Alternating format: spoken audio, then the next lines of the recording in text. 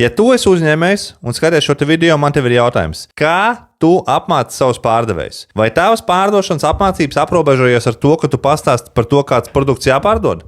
Ja tā ir, man tev ir sliktas ziņas. Ar to nav pietiekami. Produktu apmācības tās nav pārdošanas apmācības.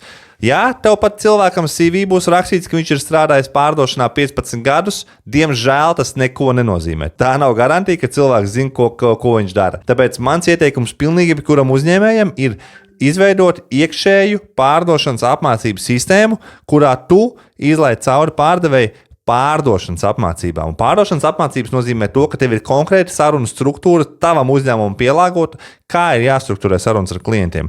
Vai mēs sūtām piedāvājumus, vai mēs aicinām uz tikšanos, ka mēs aicinām uz tikšanos, kā mēs vadām tikšanos, ko mēs darām, kā mēs taisām follow-up. Pilnīgi viss pielāgots tavam uzņēmumam, tavam vajadzībām. Tas ir nepieciešams nevis produktu apmācības, bet pārdošanas apmācības. Jo, diemžēl, cilvēki lielākoties nezina, kādam ir jābūt normālam pārdošanas procesam.